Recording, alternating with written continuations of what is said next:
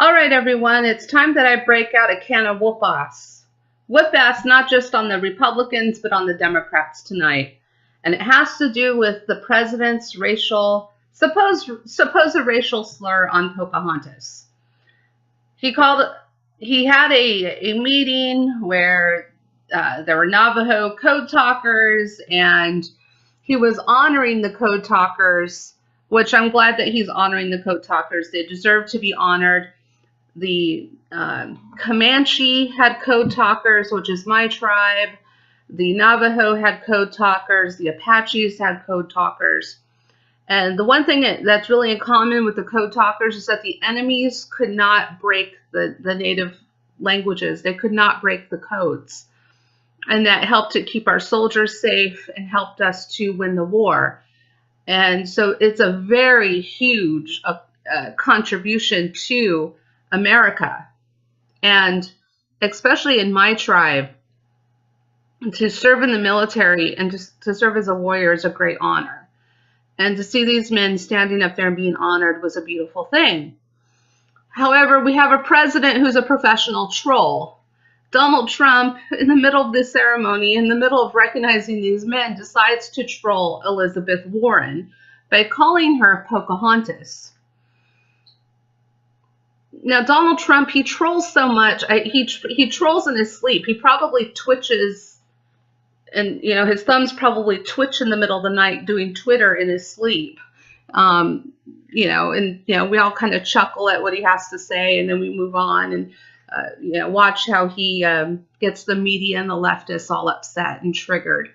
I have no problem with that. But the problem with calling Elizabeth Warren Pocahontas and calling Elizabeth Warren usurped her identity from Native people. She claimed to be Native American because there was a family legend that she had a Cherokee. It goes along with the every white Cherokee I know has a great grandmother Cherokee princess in their family. And they have high cheekbones. Look at my cheekbones. I have high cheekbones. That makes me Native American. And every white person that I know claims to be Cherokee and claims to have those same attributes. The problem with Elizabeth Warren that I have with her, and I think most Native people, if you're honest about racism, the issue we should all have with her is the fact that she claimed Native American heritage to get educational grants, scholarships, jobs, well-paying jobs that she didn't deserve. Her family did not earn those places, those grants. The reason why those grants are in place is because that is the reparations that are being paid to us, to Native people, for what the American government did to our people by occupying our land. And so Elizabeth Warren took the place of another Native American, perhaps a Native American child who lives on the reservation, who's only known poverty and alcoholism in their family, someone who could have really, really needed that hand up. And she took it. So that's what I'm offended by with Elizabeth Warren. And like I said, if you claim the high cheekbones, what I'm going to tell you is to turn around and bend over and let me see your high cheekbones that you're claiming. Because every white person I know, when they say that they're Native American, and I think probably a lot of Native American people do this, in the back of our minds, as soon as we hear a white person say they're Native American, we automatically know you're going to claim Cherokee ancestry. Now, Cherokee is not my tribe, so I'm not going to be offended on behalf of the Cherokees. Cherokees have very lax rules on who they consider to be Cherokee. I think it's 132nd. In my tribe, I think it's 116th. So you have to name a relative that you're related to, going back to the Dawes, blah, blah, blah. Okay, I have a video I did a couple of months ago on the district court decision in Washington, D.C. that came down against the Cherokees who tried to get rid of the freedmen, which were ancestors of former slaves of the Cherokee. Anyway, look it up. The reason why I'm going on this rant is because being called Pocahontas is not offensive. In fact, if you called me Pocahontas, I'm going to smile and I'm going to say thank you. Because Pocahontas is a hero and a role model, especially to Native women. And I'll tell you why. Pocahontas is part of the Powhatan Empire. Her father was the chief of the Powhatan tribe here in Virginia. And we all know the story between John Smith and Pocahontas, that when her father was going to have John Smith killed, that she intervened and saved his life. Now, John Smith is known as a bit of a braggart. He kind of exaggerates stories. And Pocahontas, at the time that she meets John Smith, is only about 10 years old. She's a very little girl when she meets him. But the fact that she stood up for this man, and her father, she was her father's favorite, listened to her and saved his life, that's pretty awesome.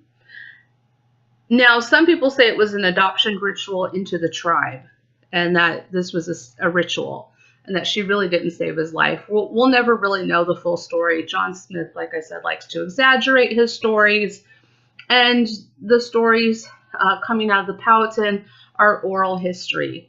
And oral history, to me, is like a game of telephone. You start out with one story, and then depending upon the perspectives and the views of the person telling the story and the person receiving the story, it can change over time. So that's why I don't think, to my satisfaction, I'll never know what the true story is, but I like to think that she saved John Smith's life. And later on, during the starving times, when the colonists here are starving in the wintertime, who comes to their aid but good old Pocahontas? She brings them food and blankets, and she helps to sustain them when they would have all died. And they almost all died, if you know that history. And so she saved the colonists' lives. So she saved lives a second time in her life, in her short life. The way that the colonists thanked Pocahontas was that they kidnapped Pocahontas and held her hostage and held her for ransom. During the time that Pocahontas is in captivity, she's held in a church here in Jamestown settlement, and she gets what you would call Stockholm syndrome. She converts to Christianity. She throws off the name Pocahontas. She takes on the Christian name of Rebecca. She marries John Rolfe, the man who introduces tobacco into the colony of Virginia. They have one son together. His name is Thomas. And they'll go over to England on a diplomatic trip. And Pocahontas is only about 21 years old when she goes to England. And this is a trip that she's not going to survive. Pocahontas goes to England and is exposed to diseases in England that her people, the Powhatans, had never been exposed to. And so Pocahontas did not have the immunity to fight off these diseases.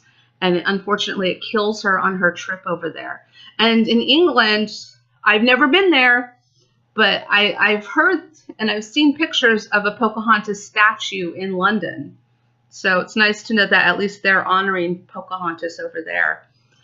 But because of how courageous and how wonderful this woman was, I think it's dishonorable to call Elizabeth Warren Pocahontas.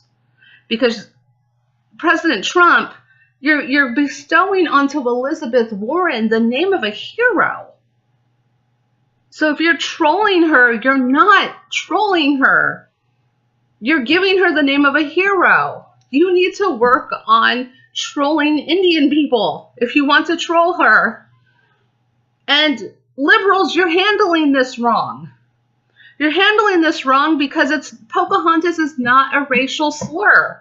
And if, like I said, if you called me Pocahontas, I would smile and I would thank you for it. I would not be offended by being called the name of a great woman. And Elizabeth Warren, if she wants to troll Donald Trump back, she should come out and say exactly that. Thank you, President Trump, for bestowing upon me a nickname of an honorable, heroic woman. Thank you for raising me up. But the liberals aren't playing it that way, and that's where they're wrong. And President Trump, I have been trying to Twitter you, to get you a message for over a year, to tell you that calling her Pocahontas is the wrong thing to do. If you want to troll Elizabeth Warren, you're going to call her Fauxohontas with an F. Focahontas for fake Indian. Because that's exactly what she is. And then let the left go crazy and say that you invented a racial slur. Which isn't a racial slur, it's trolling. Anyway, President Trump, if you'd have listened to me a year ago, we would not be having this discussion or this issue tonight. And I did apply for a job on your Native American public relations, or to really be on any Native American council that you have. And I would love to counsel you on Native American issues. I would love to actually see you flip this to flip this around and to actually really honor Native American people and to save and to be a good Native American president. I would like to see this turned around, because I'm tired of hearing of Obama being a great Native American president when Obama didn't do shit for Native people. Sorry, excuse my language.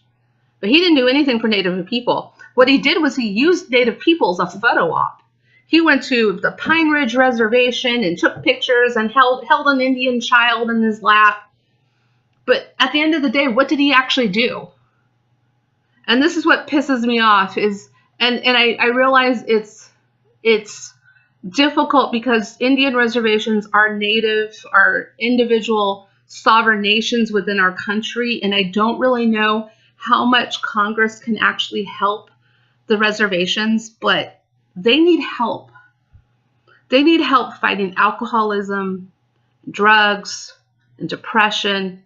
There's a lot of issues facing Native people. Clean water.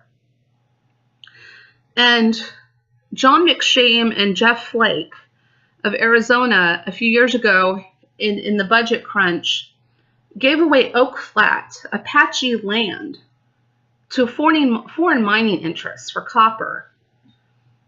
Where was President Obama? What did he do? Nothing. We have Standing Rock during Obama's administration. What did Obama do? Nothing. He let those people go out there and starve and be cold and be hungry. And he didn't do anything. This was under his watch. Standing Rock was. How did he help the Indian reservations in battling the social issues that I'm talking about, or improving health care on Native American reservations? There are Native American people that are dying because the health care on reservations are so bad. The life expectancy on reservations is only a few years older than I am now. And so I would like to see the president turn this around and go to the Native people with respect and talk with them, each tribe, because the tribes are all different. And they're all going to have different needs and different things that they want and need. So he needs to deal with the tribes as he would China, Japan, individual nations, because that's what they are. And he needs to sit down on a council with them, and he needs to talk to them and find out what they need, and he needs to listen to them. I don't think Donald Trump is a racist man. I think Donald Trump cares for the people in this country. I think he cares for this country. And I would like him to turn this around and call Elizabeth Warren Pocahontas. And don't even go there, and just go straight to the Indian people and say, here I am, what do you need? And President Trump, I'm looking for a job, so hire me. And I'll at least put you in contact with the Comanche Nation. I'm on a decent relation with people in my tribe. I am friends with the former tribal administrator of my tribe, the former principal, or not chief, but the I forget the title, the chairman of my chief. You know, Wallace Coffey, tribal administrator William Owens. I mean, I can put you in contact with people in my tribe. We'll talk to you. You're going to have to win them over. But anyway, that's my rant. That's my time. When I'm out in 3, 2, 1.